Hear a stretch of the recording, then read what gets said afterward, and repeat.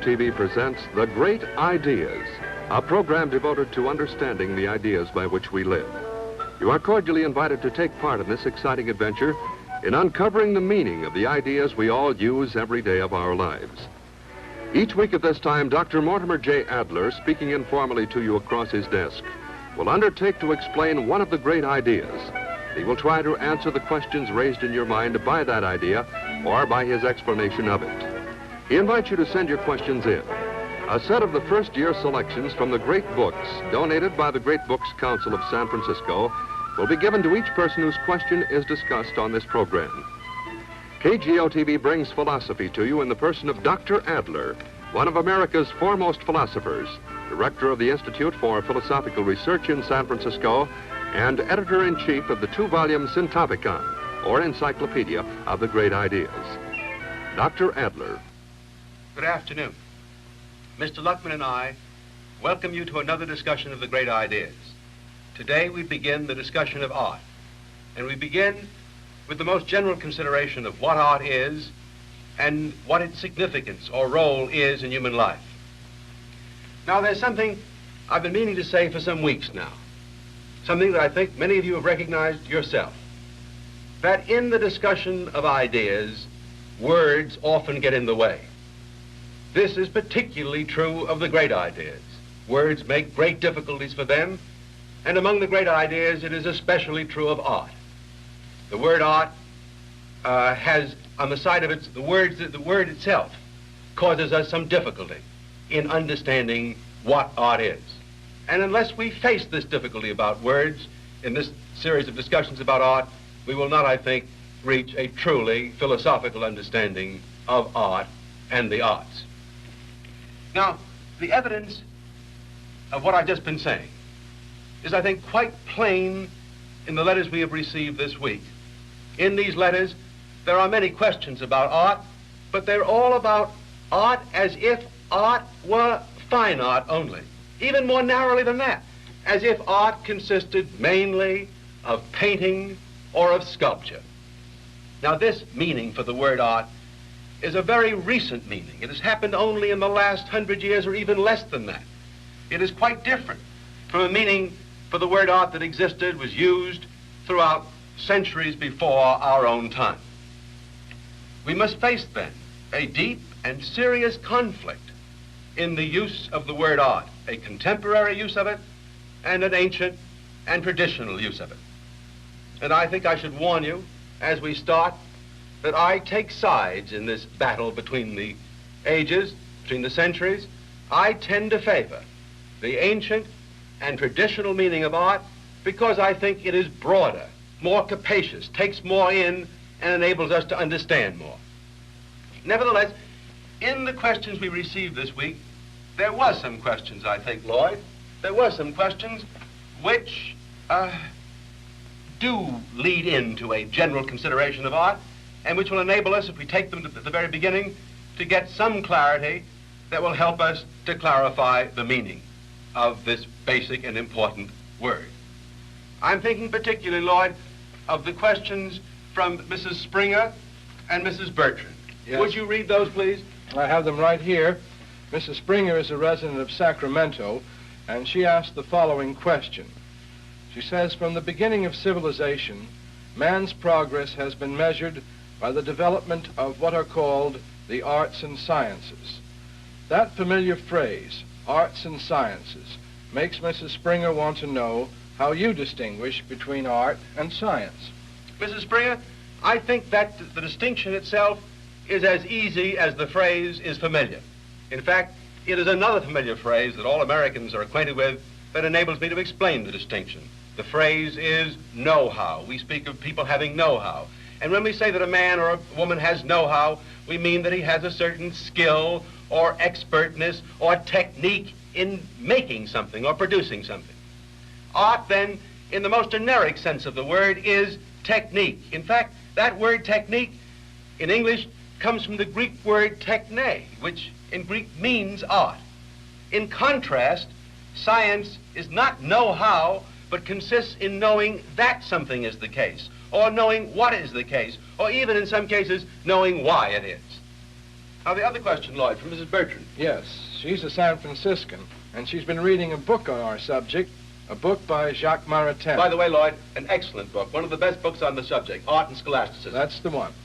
And she says that Maritain asked the following question: how does prudence, at once an intellectual virtue and a moral virtue, differ from art, which is a merely intellectual virtue?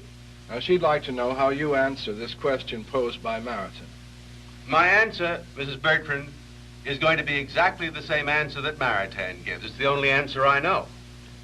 But first, let me say that you must understand how Maritain is using the word virtue. In America today, in the modern world in general, we tend to use the word virtue to name the moral virtues, things like temperance or courage or even prudence. But Maritain is using the word virtue in a broader sense for good intellectual habits as well as good moral habits.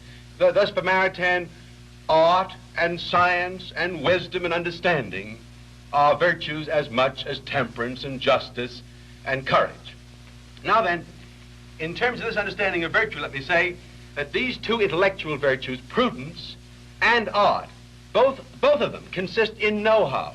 But the difference between them is that prudence consists in knowing how to act well, knowing how to do something well, whereas art consists in knowing how to produce or make something in a good manner, to produce something that is good. Perhaps, Lloyd, I can summarize the two distinctions that these questions call for in a chart that puts together the distinctions we've discussed: art, science, and prudence. Let's look at this chart together. Science and art and prudence, all three of them involve knowledge or knowing. But whereas science consists in knowing that something is the case, or what something is, or why it is, both art and prudence consist in knowing how. Knowing how. But whereas art consists in knowing how to make something well, prudence consists in knowing how to act well, how to behave well morally or politically.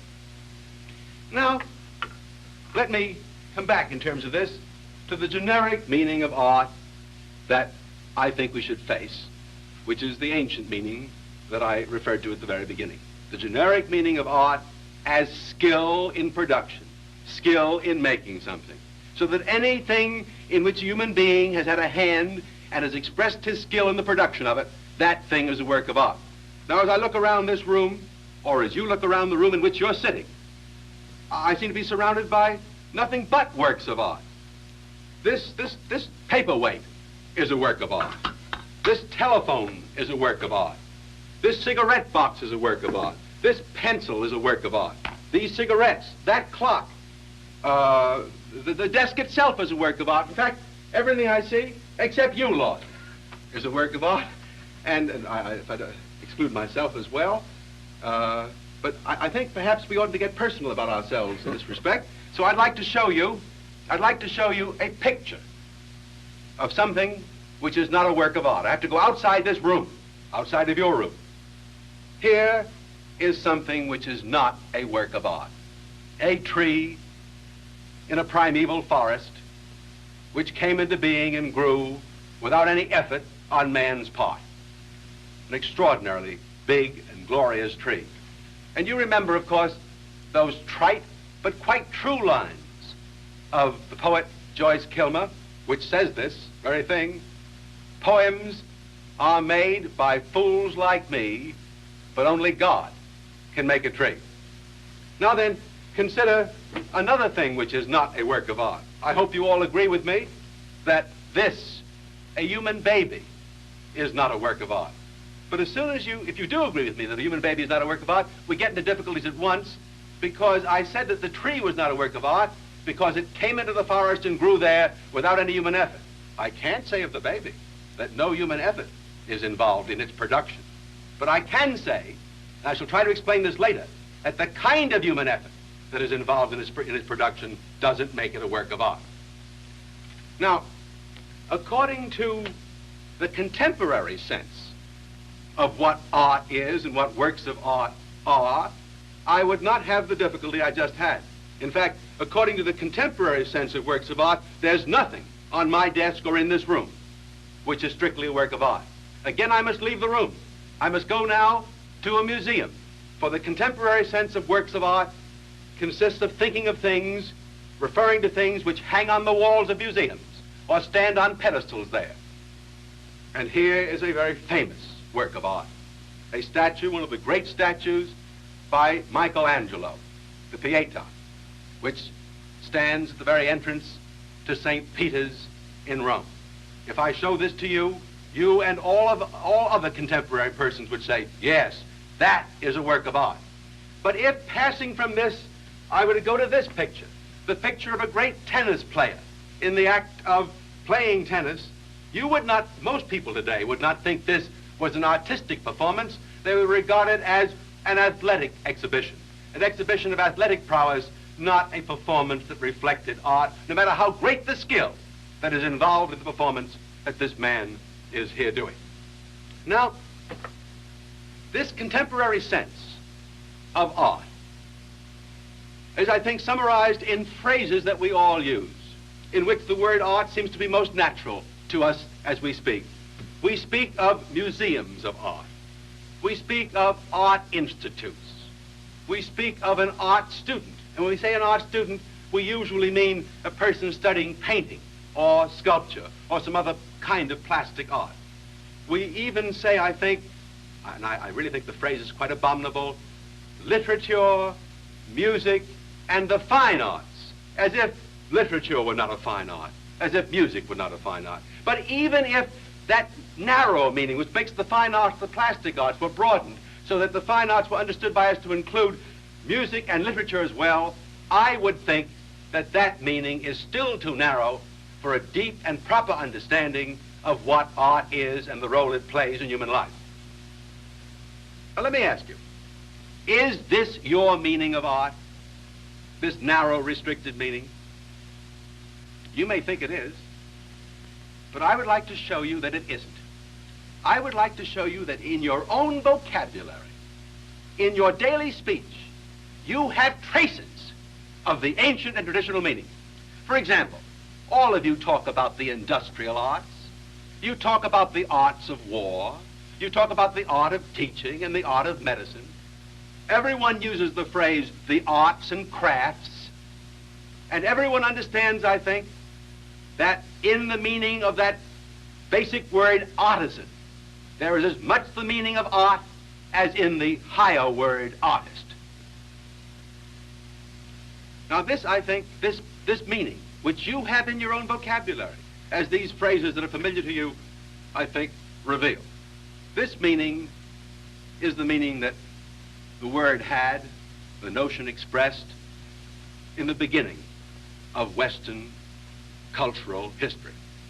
One finds this, by the way, plainest of all in the writings of the two great Greek philosophers, Plato and Aristotle.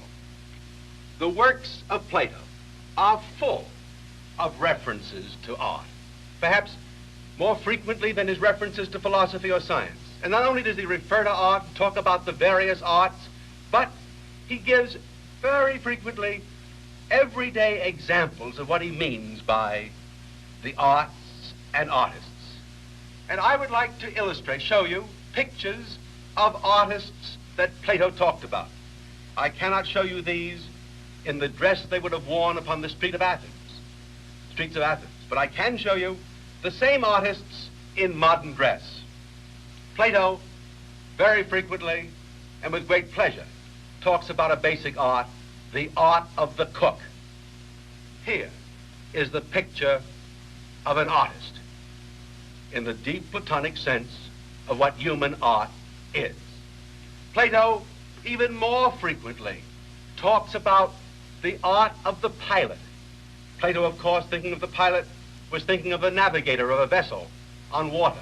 But for us today, in modern dress, as it were, here are pilots in the air instead of on the sea, but nevertheless, basically the same art that Plato was talking about. And another familiar art in Plato's day is still a familiar art in our day and carries this basic meaning of the notion art, the art of the physician. Here is a picture, not of a physician simply, but of a surgeon performing an operation. This also is a basic human art. Now, when one understands this meaning, one is entitled to ask, is it just a Platonic meaning? Or did this occur only among the Greeks? Did only Plato and Aristotle have this broad meaning of art to cover everything from cookery to painting and poetry? The answer is no. This meaning, this basic meaning of art, and broad and wide, capacious meaning of art, persisted through almost the whole of Western European civilization until yesterday. It ran through the Roman antiquity, the Middle Ages, and the Renaissance, and came down to the middle of the 19th century. Let me show you this by reading two passages from the great books, one from Rousseau at the middle of the 18th century, and one from Adam Smith toward the close of the 18th century. These passages, which I've marked in the synopticon to read to you, indicate this, that as recently as a century or half ago, this basic meaning of art, this broad meaning of art, was still the common meaning in everyday speech. My glasses on. Rousseau, like Lucretius, the Roman poet, looked upon the rise of civilization itself as something that depended upon basic human arts. Lucretius had referred to the rise of civilization as a result of the fashioning of metal tools and the domestication of animals and the cultivation of the soil. And here, centuries later, many centuries later, Rousseau says, metallurgy and agriculture were the two arts, metallurgy and agriculture were the two arts which produced this great revolution. Then, in 1776, just as the Industrial Revolution was beginning, and in 1776 it had barely begun. In 1776, most production still went on in homes or in small shops with hand tools and by hand work. We didn't have industrial production by large machines and assembly lines.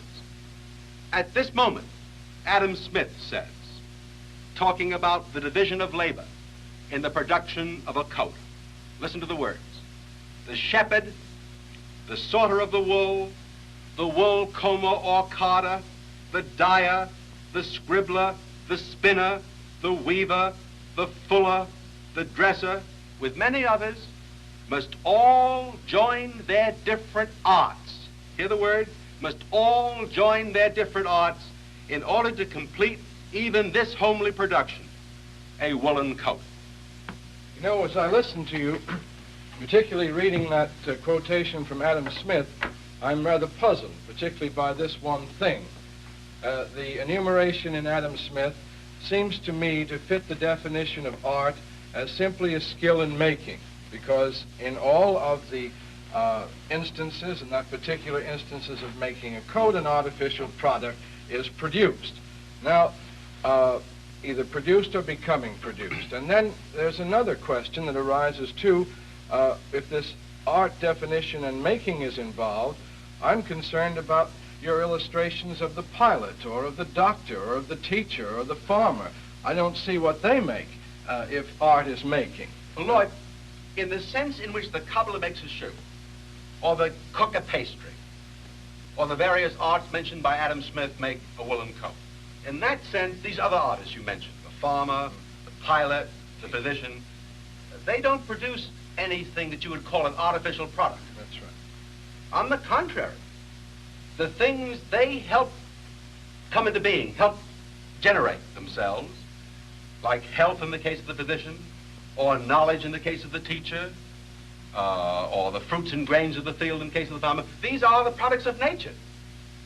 And they are natural effects, not artistic effects. And I'm going to try to explain, therefore, I can't today, Lloyd, but I'm going to try to explain next week, these very special and queer arts, which are different from the other arts in that what the artist in this case helps to produce turns out to be a natural product, not an artificial thing. Well, now Just one moment more. All right. But pause, because there's one thing that's clear from this, and that is that if you look at these arts, like healing and teaching and farming, as compared with shoemaking and cooking, The meaning of art must not be found in the product.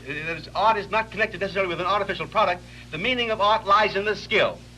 And we do know that the physician has skill and the farmer has skill, even if the product is something natural, not artificial. Well, now I can come in with my concern about this distinction between artificial and natural. Yes. And I'm particularly concerned because I remember a question here about the distinction between these two words. It's the one that Mrs. Stevenson sent in from San Francisco. And she asked right on the point whether the distinction between the artificial and the natural throws then any light on the meaning of art. It does indeed. Mrs. Stevenson, that distinction between the artificial and the natural goes right to the heart of the matter. Let me see if I can state it for you. We call things natural, which can come into being without any human effort. And when we call something artificial, we call it that because some human effort is necessarily involved in its coming into being, its production. That, unfortunately, brings us back to the baby again, because everyone has a right to say, but human effort is involved in the production of the baby. Why then don't you say the baby is artificial instead of natural? And that is the question I've got to answer. Let me see if I can answer it. I can't answer it directly. I've got to answer it in terms of a threefold distinction that I think will explain the difference between works of art, Lloyd, between natural productions and the divine creations. Let's look at another chart together. In this chart, I'm trying to compare for you three different ways in which things can come into being by processes of natural generation as the baby is born. In fact, what do we say about the baby, about the production of the baby? We don't say it's produced, we say it is reproduced. We don't say it's created, we say it is procreated. That's terribly important, the fact that we use reproduced and procreated there. Natural generation, which consists in the reproduction by a body of another body out of itself or its like. Notice that, a body out of a body or something like itself, either its own body or something like itself. As compared with natural generation, artistic production and divine creation both are alike in that the production is by mind, not by body, and by idea. The artist must have the idea in advance of the thing he's going to produce. No parent has in advance the precise idea of the baby that's going to be reproduced. But whereas the artistic production of man is by mind and idea out of natural materials, materials afforded him by nature, divine creation on any theory of creation is by the divine mind and idea, as we say in theology, out of absolutely nothing. Let me come back to one other point. The difference between a human reproduction, a baby, and a work of art is that the baby may resemble the parents or may not resemble the parents. And if the baby resembles the parents as opposed to the grandparents, it may resemble the parents in body rather than in mind. But any work of art, whether it be the simplest thing that's fashioned by a man or a great painting or a great poem, resembles the soul or spirit of the maker. This is why art, this shows you that art involves the human spirit, the human intelligence, the human mind, ideas, as reproduction in the case of the baby does not. Now, this leads to two concluding points I would like to make. The first is the distinction between making by instinct, and making by art. Making by instinct is without conscious plan. Making by art is with conscious plan, by the application of rules, and by the making of deliberate choices. This is the distinction, and a very important distinction, between human and animal making. Let me read you one passage from Karl Marx on this distinction between human and animal making. Karl Marx says, "A spider conducts operations that resemble those of a weaver, and a bee puts to shame many an architect in the construction of her cells. But what distinguishes the worst architect from the best of bees is this, that the architect raises his structure in imagination before he erects it in reality." This leads to my second concluding distinction between making by rule and by choice as opposed to making by chance. If a piece of music happened to result from a cat walking on the keys of a piano, it would not be a work of art. But if a human composer sits down to imitate what a cat would sound like if a cat were to walk on the keys of a piano and produces something, a jazz piece of music like Kitten on the Keys, that is a work of art. And this is terribly important because the very essence of human art is the avoidance or elimination of chance in human affairs. To do something by rule, by preliminary and preparatory design, is what human art does for man, as opposed to trusting to chance and accident. The ancient Greek and Roman doctors made a sharp distinction between the physician who was an artist and what they called the empiric. The empiric tried to cure diseases by trial and error, whereas the physician who had art in the deep sense, proceeded by knowledge and by rule, and trusted as little to chance as possible. And one other way of understanding this is Aristotle's very deep insight that only the person who has an art can make a mistake in that art. Only a person who knows the art of grammar can intentionally make mistakes in speech. The person who makes unintentional mistakes in speech has no art in this particular respect. Now, I wish, Lloyd, that we had time for more questions, but I'm afraid that we shall have to postpone all further questions until next week when we go on with this discussion. I'd like to summarize and say that art is the principle of all human work, of all skilled labor. And I mean very deeply that all human labor is skilled. Even the least skilled labor has skill in it.